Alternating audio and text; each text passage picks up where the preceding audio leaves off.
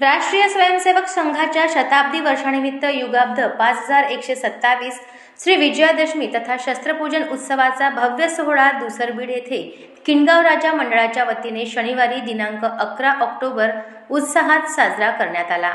हा सोहळा जगदंबा माता मंदिर परिसरात आयोजित करण्यात आला होता। कार्यक्रमाची सुरुवात प्रार्थना, ध्वजारोहण व शस्त्रपूजनाने करण्यात आली।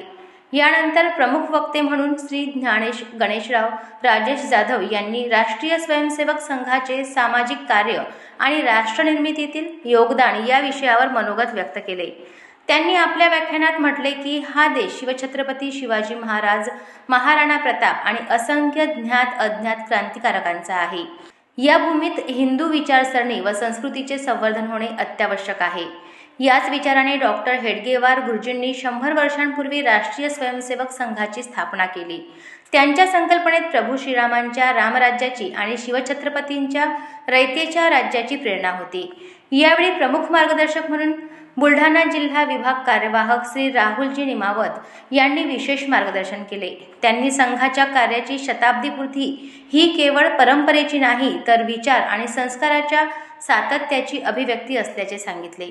श्री विजयादशमी आणि शस्त्रपूजन उत्सवाच्या निमित्ताने परिसरातील शेकडो स्वयंसेवक, नागरिक आणि कार्यकर्त्यांनी उत्स्फूर्त सहभाग घेतला।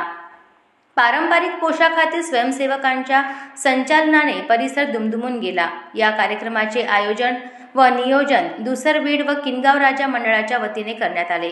कार्यक्रमाचे सूत्रसंचालन नानासाहेब तौर यांनी केले व त्यांनी उपस्थित सर्वांचे आभार मानले।